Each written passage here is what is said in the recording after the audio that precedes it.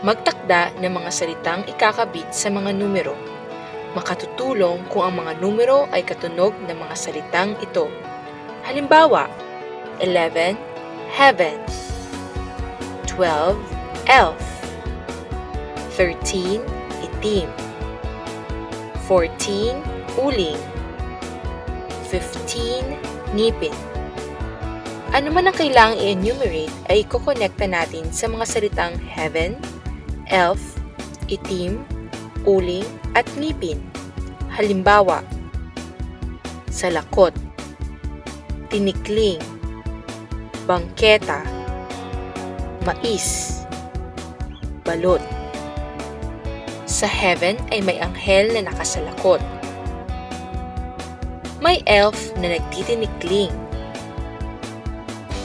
Ang lalaking nakaitim ay nakaupo sa bangketa. Napuno ng uling ang inihaw na mais.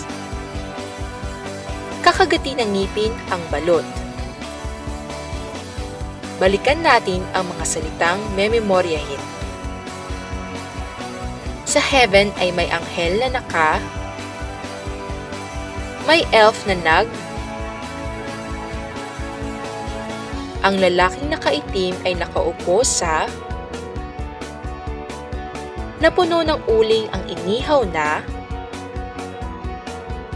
kakagati ng ngipin ang, natandaan mo ba?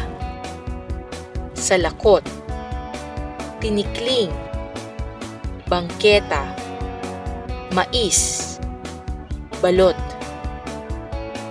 Yan ang PEG number system.